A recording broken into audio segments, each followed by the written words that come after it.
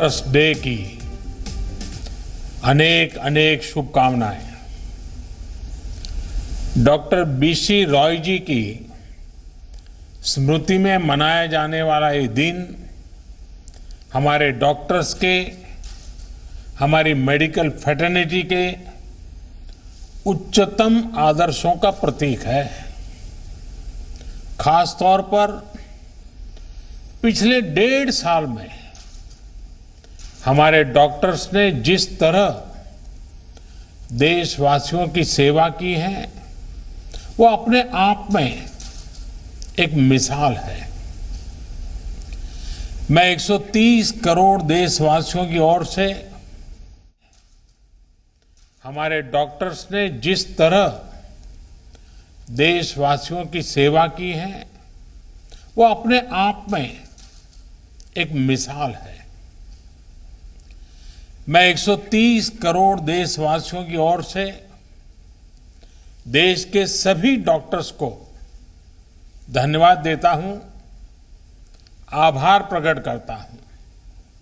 साथियों, डॉक्टर्स को ईश्वर का दूसरा रूप कहा जाता है और वो ऐसे ही नहीं कहा जाता।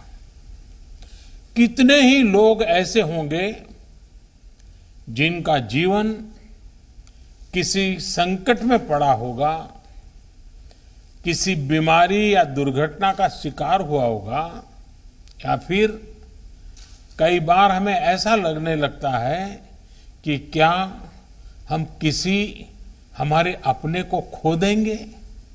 लेकिन हमारे डॉक्टर्स ऐसे मौकों पर किसी देवदूत की तरह जीवन की दिशा बदल देते हैं, हमें एक नया जीवन दे देते हैं।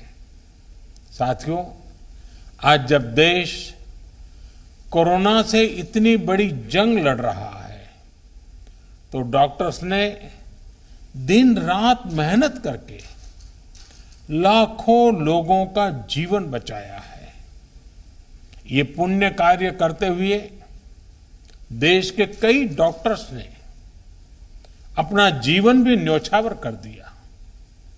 मैं जीवन आहूत करने वाले इन सभी डॉक्टर्स को अपनी विनम्र श्रद्धांजलि अर्पित करता हूं और परिवार के प्रति अपनी संवेदना व्यक्त करता हूं। साथियों, कोरोना से लड़ाई में जितनी चुनौतियां आई, हमारे वैज्ञानिकों, डॉक्टर्स ने उतने ही समाधान तलाशे, प्रभावी दवाइयां बनाई।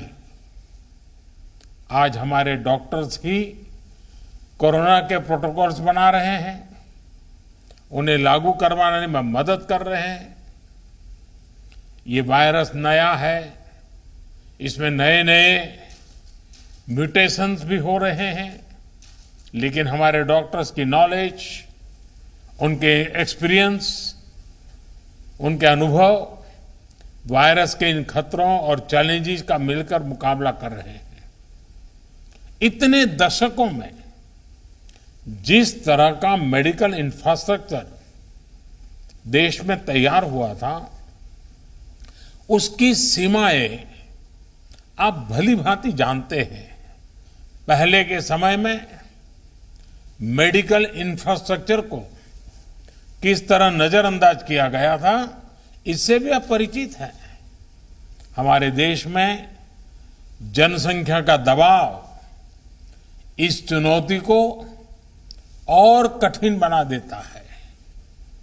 बावजूद इसके कोरोना के दौरान अगर हम प्रति लाख जनसंख्या में संक्रमण को देखें, मृत्यु दर को देखें, तो भारत की स्थिति बड़े बड़े विकसित और समृद्ध देशों की तुलना में कहीं संभली हुई रही है। किसी एक जीवन का असमय समाप्त होना उतना ही दुखद है, लेकिन भारत ने कोरोना से लाखों का जीवन बचाया भी है। इसका बहुत बड़ा श्रेय हमारे परिश्रमी डॉक्टर्स, हमारे हेल्थ केयर वर्कर्स, हमारे फ्रंटलाइन वर्कर्स को जाता है। साथियों, ये हमारी सरकार ही है जिसने हेल्थ केयर पर सबसे अधिक बल दिया है। पिछले वर्ष फर्स्ट वेव के दौरान हमने लगभग 15,000 करोड़ रुपए हेल्थ केयर के लिए आवंटित किए थे, जिससे हमारे हेल्थ इंफ्रास्ट्रक्चर को बढ़ाने में मदद मिली। इस साल हेल्थ सेक्टर के लिए बजट का एलोकेशन 2 गुने से भी ज्यादा यानी 2 लाख करोड़ रुपए से भी अधिक किया गया।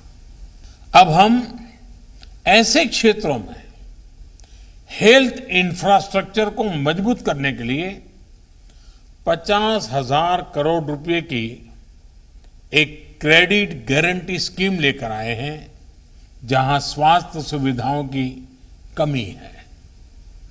हमने बच्चों के लिए जरूरी हेल्थ इंफ्रास्ट्रक्चर को सशक्त करने के लिए भी 22,000 करोड़ रुपए से ज्यादा आवंटित किए हैं।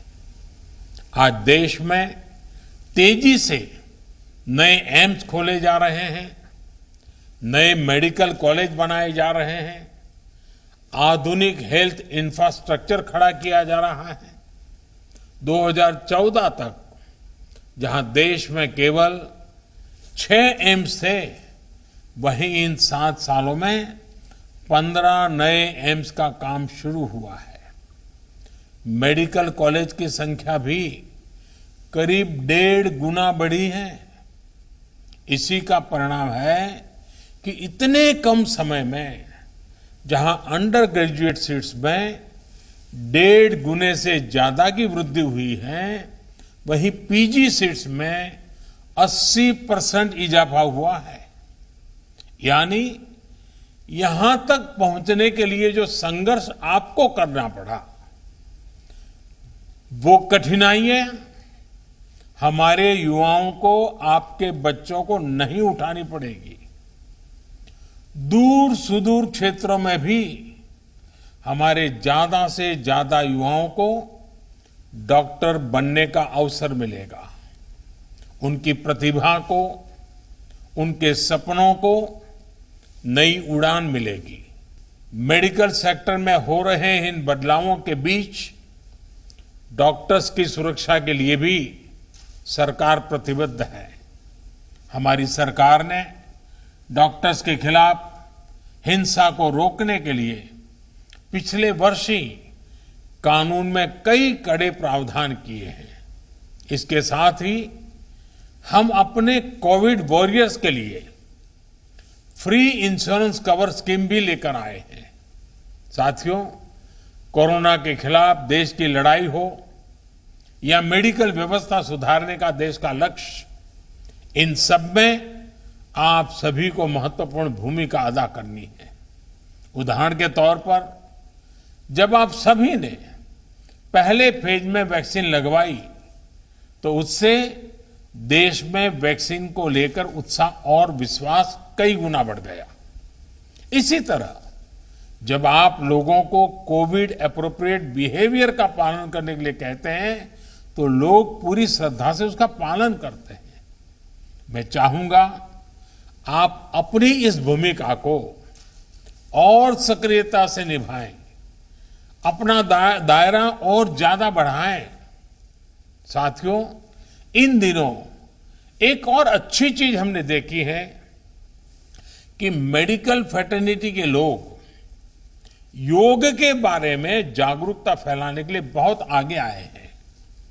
योग को प्रचारित प्रसारित करने के लिए जो काम आजादी के बाद पिछली शताब्दी में किया जाना चाहिए था, वो अब हो रहा है।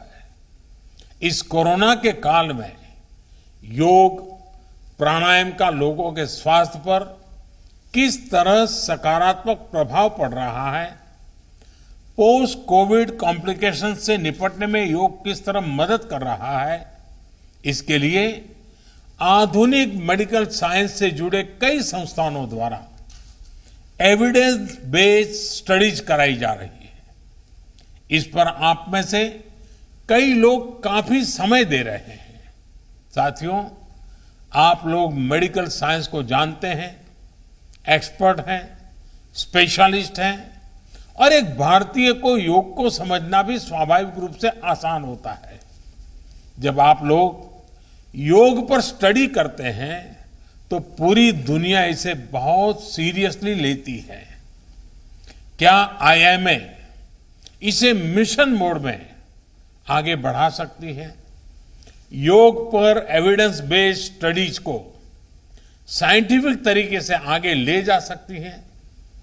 एक प्रयास ये भी हो सकता है कि योग पर स्टडीज को इंटरनेशनल जर्नल्स में पब्लिश किया जाए, उसे प्रचारित किया जाए। मुझे विश्वास है कि ये स्टडीज दुनिया भर में डॉक्टर्स को, अपने पेशेंट्स को योग के बारे में और जागरूक करने के लिए भी प्रोत्साहित करेगी। साथियों, जब भी हार्ड वर्क, टैलेंट और स्किल की बात आती है तो इनमें आपका कोई मुकाबला नहीं है। मैं आपसे यह भी अनुरोध करना चाहता हूं कि आप पूरे अटेंशन के साथ ही अपने अनुभवों का डॉक्यूमेंटेशन भी करते रहें। पेशेंट के साथ आपके एक्सपीरियंसेस का डॉक्यूमेंटेशन बहुत ही अहम है। साथ ही मरीज के सिम्टम्स, ट्रीटमेंट प्लान और उनके रिस्पॉन्स का भी डिटेल डॉक्यूमेंटेशन होना चाहिए। यह एक रिसर्च स्टडी के रूप में भी हो सकता है जिसमें विभिन्न प्रकार की दवाओं और ट्रीटमेंट्स के असर को नोट किया गया हो। जितनी बड़ी संख्या में आप मरीजों की सेवा और देखभाल कर रहे हैं, उसके हिसाब से आप पहले से ही दुनिया में सबसे आगे हैं। यह समय यह भी सुनिश्चित करने का है कि आपके काम का, आपकी साइंटिफिक स्टडीज का दुनिया संज्ञान ले और आने वाली पीढ़ी को उसका लाभ भी मिले। इससे दुनिया को जहां मेडिकल से जुड़े कई जटिल सवालों को समझने में आसानी होगी, वहीं उसके समाधान की दिशा भी मिलेगी। कोविड की यह महामारी इसके लिए एक अच्छा स्टार्टिंग पॉइंट हो सकता है। वैक्सीन किस प्रकार से हमारी मदद कर रही है, किस प्रकार से अर्ली डायग्नोसिस का लाभ मिल रहा है और एक पर्टिकुलर ट्रीटमेंट किस प्रकार से हमारी सहायता कर रहा है, क्या हम इसको लेकर ज्यादा से ज्यादा स्टडीज कर सकते हैं? पिछली शताब्दी में जब महामारी आई थी, आज उसका डॉक्यूमेंटेशन बहुत उपलब्ध नहीं है। आज हमारे पास टेक्नोलॉजी भी है और हम अगर कोविड से कैसे मुकाबला किया गया है, इसके प्रैक्टिकल अनुभवों का डॉक्यूमेंटेशन करते हैं तो वो भविष्य में पूरी मानवता के लिए बेहद मददगार साबित होगा। आपका ये अनुभव देश के मेडिकल रिसर्च को एक नई गति भी देगा। अंत में मैं यही कहूंगा कि आपकी सेवा, आपका श्रम सर्वे भवन्तु सुखिनः के हमारे संकल्प को अवश्य सिद्ध करेगा। हमारा देश कोरोना से भी जीतेगा और विकास के नए आयाम भी हासिल करेगा। इन्हीं शुभकामनाओं के साथ आपको बहुत बहुत धन्यवाद।